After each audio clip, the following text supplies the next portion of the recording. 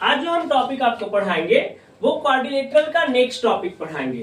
Quadrilateral का हम लोग फर्स्ट टॉपिक क्या पढ़े थे, रेक्टेंगल आयत हम आप लोग को पढ़ा चुके थे, है ना। आज हम लोग क्या पढ़ेंगे, सेकेंड टॉपिक। कौन सा सेकेंड टॉपिक, स्क्वायर पढ़ेंगे। क्या पढ़ेंगे, स्क्वायर। स्क्वायर को हिंदी में वर्ग कहा जाता है। क्या कहा जाता है, वर्ग कहा जाता है। तो जैसे हम प्रॉपर्टीज जो है ना, जो रेक्टेंगल का प्रॉपर्टीज बताए थे, लगभग स्क्वायर का भी प्रॉपर्टीज वही है, डिफरेंस नहीं है। बस थोड़ा सा उसमें था कि अपोजिट साइड इक्वल होता था। इसमें क्या होगा, ऑल साइड जो है वो क्या होगा, आपका इक्वल होगा। ठीक है, तो देखिए सबसे पहले स्क्वायर कहा किसको जाएगा, व्हाट इज स्क्वायर, है ना। तो स्क्वायर किसको कहेंगे, the figure which is covered by four side, है ना, which all are equal. The cover बता दे क्या इसको, क्या होगा, the figure which is covered by four equal side, है ना, and each angle is 90 degree. क्या होगा कि a figure which is covered by four equal side and each angle is 90 degree, कि एक वैसा फिगर, ठीक है, जो इक्वल हो, है ना, जो चारों तरफ से क्या हो, इक्वल इन साइड हो। इक्वल इन साइड यानी कि चारों साइड क्या होगा, एक दूसरा का बराबर होगा। जैसे ये है, एक स्क्वायर का फिगर बना दिए ए बी सी डी, तो इसमें क्या होगा, A B B C C D और ए डी क्या होगा, आपस में बराबर होगा, है ना। और ईच एंगल 90 डिग्री होगा। ईच एंगल क्या होगा, 90 डिग्री होगा। तो देखिए डेफिनेशन में हम लोग बस मोटा मोटी समझ सकते हैं ना, जब तक इसका प्रॉपर्टीज नहीं समझेंगे पूरा तरह से इसको डिफाइन नहीं कर सकते हैं। तो इसीलिए हम क्या आपको पढ़ाते हैं, प्रॉपर्टीज, है ना। प्रॉपर्टीज क्या होगा आपका, प्रॉपर्टीज क्या होगा स्क्वायर का। तो फर्स्ट जो प्रॉपर्टीज है ना, इधर देखिए सब, फर्स्ट जो प्रॉपर्टीज है वो क्या होगा बेटा, आपका फर्स्ट प्रॉपर्टीज होगा कि all sides are equal. Square में क्या होता है, ऑल साइड्स आर इक्वल। क्या लिखेंगे, ऑल साइड्स आर इक्वल। ठीक है, सेकेंड पॉइंट क्या आएगा, बी क्या आएगा, है ना, ऑल एंगल या each angle is 90 degree. Each angle का वैल्यू कितना होगा, 90 डिग्री होगा। कितना होगा ईच एंगल का वैल्यू, 90 डिग्री होगा। ईच एंगल यानी कि पर जो एंगल है A B C, all sides are equal, that means क्या होगा, ऑल साइड्स आर इक्वल कहने का मतलब हो गया कि जितना ए बी का वैल्यू होगा उतना बी सी का होगा, उतना सी डी का होगा और उतना ही ए डी का होगा। ठीक है, और ईच एंगल इज 90 डिग्री कहने का मतलब कि angle A is equal to angle B is equal to angle C is equal to angle D. सब एंगल क्या होगा, एक दूसरा का बराबर, जिसका वैल्यू कितना होगा, 90 डिग्री होगा। ये सेकेंड प्रॉपर्टी होगा। ठीक है, थर्ड जो प्रॉपर्टीज है स्क्वायर का, वो आपका क्या होगा कि डायगोनल्स आर इक्वल। क्या होता है, डायगोनल्स आर इक्वल। इक्वल का मतलब क्या हुआ, डायगोनल्स आर इक्वल करने का मतलब क्या हुआ, डायगोनल्स किसको कहा जाता है, जो दो एंगल के बीच का लाइन होता है ना, जो दो एंगल को मीट करता हो। तो बी से डी मिला देंगे, एक हो जाएगा डायगोनल्स, और ए से सी मिला देंगे, एक डायगोनल्स हो जाएगा, है ना। तो डायगोनल्स क्या होगा, डायगोनल्स आर इक्वल। डायगोनल्स कौन कौन है, जो दो एंगल को मीट करता है। तो ए और सी है, पहला डायगोनल्स क्या है, क्या पहला diagonals, A C is equal to, दूसरा डायगोनल्स क्या है, क्या है, बी डी। ये हो गया आपका डायगोनल्स आर इक्वल होता है। थर्ड इसका प्रॉपर्टीज हो गया। फोर्थ जो प्रॉपर्टीज है स्क्वायर का जो फोर्थ प्रॉपर्टीज है वो है कि डायगोनल्स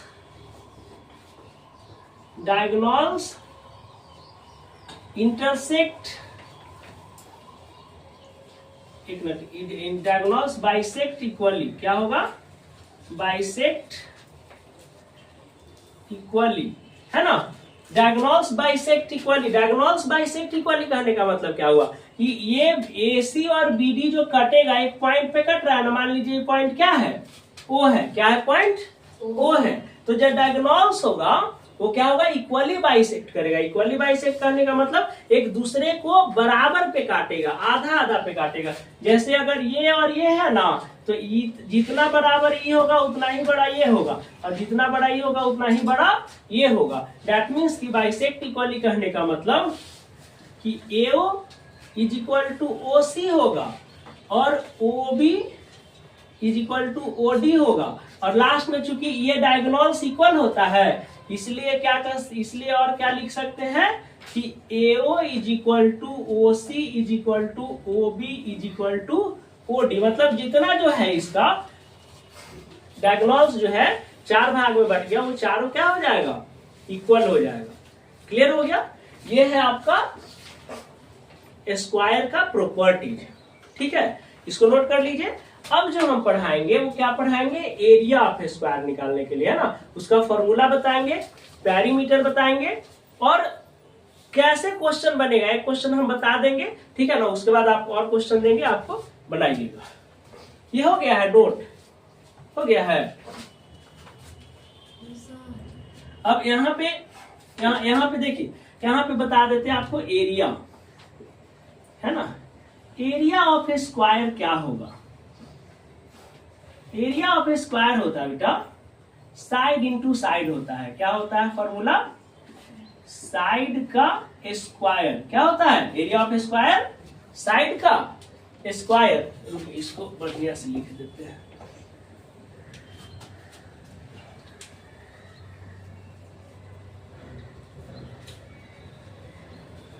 प्रॉपर्टीज हो गया था ना सबका। अब देखिए area of square equal to क्या होता है, साइड इंटू साइड होता है। साइड इंटू साइड को हम लोग क्या लिख सकते हैं, साइड का स्क्वायर लिख सकते हैं। यानी कि 2 बार साइड इंटू साइड करेंगे तो साइड का स्क्वायर हो जाएगा। फिर हम पढ़ेंगे पेरीमीटर ऑफ स्क्वायर। क्या होता है, perimeter of square. Perimeter of square क्या होता है बेटा, 4 इंटू साइड होता है। क्या होता है, 4 इंटू साइड। तो ये है ना, ये जो निकलेगा हमेशा स्क्वायर के फॉर्म में निकलेगा, और ये जो निकलेगा हमेशा लेंथ के फॉर्म में निकलेगा। ठीक है, जैसे क्वेश्चन हम अभी आपको दे रहे हैं, आप उसको सॉल्व कीजिए। एकदम इजी अभी क्वेश्चन दे रहे हैं, उसके बाद थोड़ा वर्ड वाला क्वेश्चन देंगे, है ना। जैसे क्वेश्चन है कि find area and perimeter, find area and perimeter of square whose side is first है 4 सेंटीमीटर, सेकेंड है 2.5 सेंटीमीटर, थर्ड है 12.5 सेंटीमीटर, फोर्थ है 6.25 सेंटीमीटर। ये इस टाइप का क्वेश्चन हो गया, क्वेश्चन हो गया ना। अब area of A perimeter of A square, area क्या है, find area and perimeter of A square. Area भी निकालना है और पेरीमीटर भी निकालना है। किस चीज का, स्क्वायर का, जिसका क्या दिया हुआ है, साइड दिया हुआ है। तो पहला, फर्स्ट, सेकेंड, थर्ड, फोर्थ, 4 को क्वेश्चन दिया हुआ है। हम एक का बता देते हैं, बाकी बनेगा ना। जैसे हम ये हार्ड ही वाला आपको बताते हैं, आपको लग रहा है पॉइंट वाला हार्ड है ना, पॉइंट के 2 अंक वाला हार्ड हो जाएगा, तो हम इसी को पहले बताते हैं। देखिए 4th नंबर क्वेश्चन आपको बताते हैं, 4th का सॉल्यूशन बताते हैं। सबसे पहले एरिया ऑफ ए स्क्वायर, क्या यहां लिखेंगे, एरिया ऑफ ए स्क्वायर। तो एरिया ऑफ ए स्क्वायर क्या होता है जी, एरिया ऑफ ए स्क्वायर क्या होता है अभी यहाँ पे, area of A square side into side. Area of A square side into side, side into side.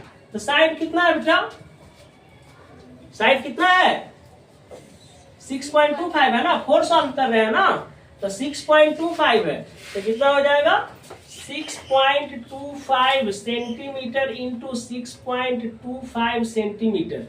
दिख रहा है ना, यहां दिख रहा है ना, ठीक। अब मल्टीप्लाई करेंगे, देखिए 6.25 में 6.25 से मल्टीप्लाई करेंगे तो कितना हो जाएगा जी, 39.0625 देखिए पूरा मल्टीप्लाई कर देंगे। अब आप लोग को कंफ्यूजन रहता है सर पॉइंट कहाँ देंगे, है ना। मल्टीप्लाई तो कर लेंगे, कोई इशू नहीं है, कहाँ पे देंगे, पॉइंट कहाँ पे देंगे। तो 2 अंक के बाद इसमें पॉइंट है और 2 अंक के बाद इसमें, इधर से इधर राइट साइड से देखिए 2 अंक के बाद इधर पॉइंट है और 2 डिजिट के बाद इधर पॉइंट है। टोटल कितने डिजिट के बाद पॉइंट जाएगा राइट से, कितने डिजिट के बाद, 4 डिजिट के बाद, है ना। तो यहाँ 1 2 3 4 डिजिट के बाद पॉइंट दे दिए। और स्क्वायर ना हमें, ये जो स्क्वायर है वो हमेशा इसका क्या होगा, सेंटीमीटर स्क्वायर के फॉर्म में होता है। स्क्वायर हमेशा स्क्वायर के फॉर्म में निकलेगा, यहाँ पे आपको स्क्वायर देना जरूरी होता है। अब एरिया तो निकल गया, अब हम लोग को क्या निकालना है, पेरीमीटर में जी, perimeter of square. Perimeter of square क्या बताया है, यहाँ देखिए तो फॉर्मूला, पेरीमीटर ऑफ स्क्वायर क्या बताया है, क्या होता है, 4 इंटू साइड। तो 4 इंटू साइड, तो 4 इंटू साइड कितना है, 6.25। तो कितना हो जाएगा, 25 इतना आ जाएगा, है ना, 2500। और 2 डिजिट के बाद क्या है, पॉइंट है ना जी, 2 डिजिट के बाद क्या है, पॉइंट है ना। तो 2 डिजिट के बाद पॉइंट है, तो यहाँ भी 2 डिजिट के बाद क्या दे देंगे, पॉइंट। तो सेंटीमीटर में तो 25.00, तो 25.0000 का तो वैल्यू नहीं है, पॉइंट के बाद 0 रहता है। तो कितना हो जाएगा, 25 सेंटीमीटर। इसमें स्क्वायर नहीं लगेगा, ये हमेशा लेंथ में निकलता है। क्लियर है। उसी तरह से ये तीनों क्वेश्चन बन जाएगा, इजी है तो नहीं ज्यादा। अब देखिए वर्ड वाला क्वेश्चन कैसे आता है, नोट हो गया, नोट हो गया ना। चलिए एक और क्वेश्चन देते हैं। एरिया ऑफ स्क्वायर और पेरीमीटर ऑफ स्क्वायर याद है ना। एरिया ऑफ स्क्वायर क्या होता है, क्या होता है, जोर से बोलो, साइड इंटू साइड। और पेरीमीटर ऑफ स्क्वायर क्या होता है, क्या होता है, 4 इंटू साइड होता है, ठीक है ना। तो चलिए ये तो क्लियर हो गया।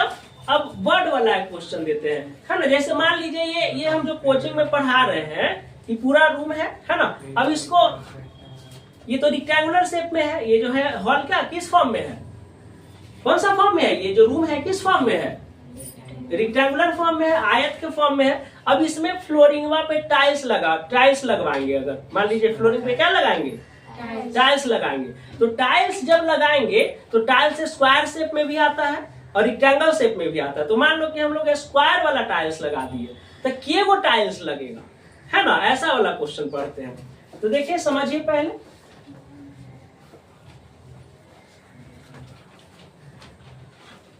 कंफ्यूजन जहां रहेगा क्वेश्चन करेंगे, चुपचाप बैठेंगे नहीं, जहां पे दिक्कत होगा पूछेंगे। जैसे मान लीजिए कि एक क्वेश्चन है यहाँ पे, इफ ए रूम, इफ नहीं, a room which length is 25 metre, metre नहीं 25 मीटर ले लीजिए, मीटर तो बहुत लंबा हो जाएगा जी रूम। 15 मीटर ले लेते हैं, 15 metre and breadth is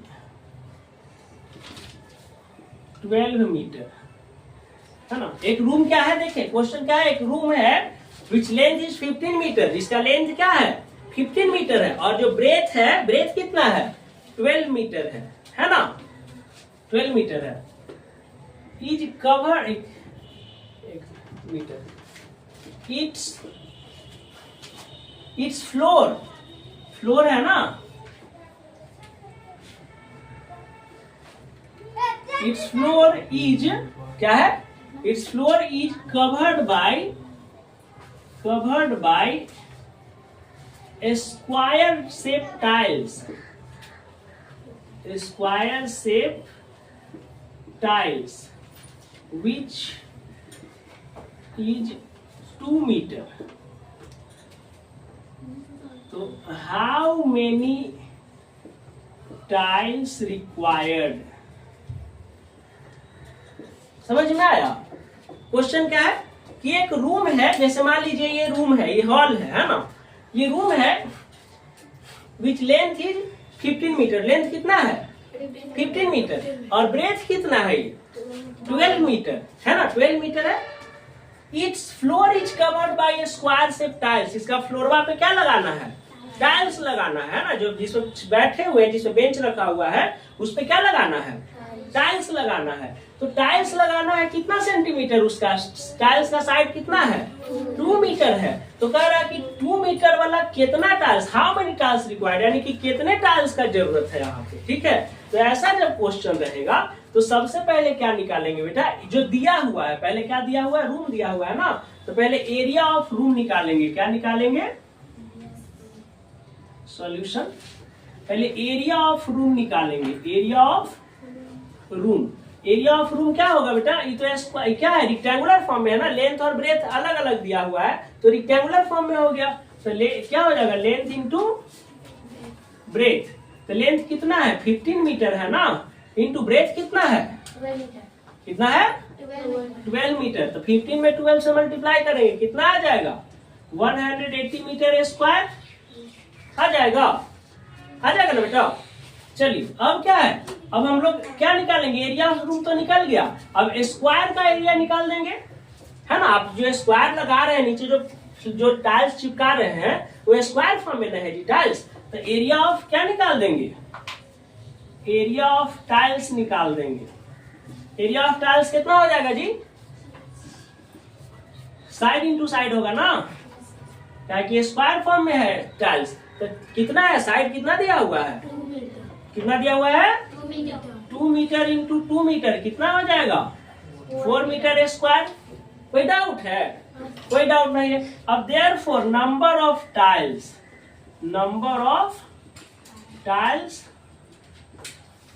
required, तो कितना टाइल्स लग जाएगा बेटा, इतना एरिया है रूम का और इतना एरिया आ रहा है किसका टाइल्स का। तो कह रहा है कितना टाइल्स लग जाएगा, तो number of tiles required equal to जो टोटल एरिया है उसको ऊपर डालेंगे और जितना टाइल्स का एरिया है उसको नीचे डालेंगे। अब कट कर देंगे 4 से 44 टाइल्स लगेगा। कितना टाइल्स लगेगा 45 टाइल्स लगेगा। क्लियर है, ये दिख रहा है, दिख रहा है ना, यहाँ पे कितना लग जाएगा 45 टाइल्स लग जाएगा। ठीक है, क्लियर हो गया। चलिए आज के लिए इतना ही। अब नेक्स्ट जो आएगा स्क्वायर का, रिक्टेंगल हो गया स्क्वायर हो गया, क्या हो गया रिक्टेंगल हो गया स्क्वायर हो गया। अगला जो टॉपिक पढ़ेंगे वो क्या पढ़ेंगे, रोम्बस पढ़ेंगे या फिर पैरेललोग्राम पढ़ेंगे। ठीक है, चलिए आज के लिए इतना ही।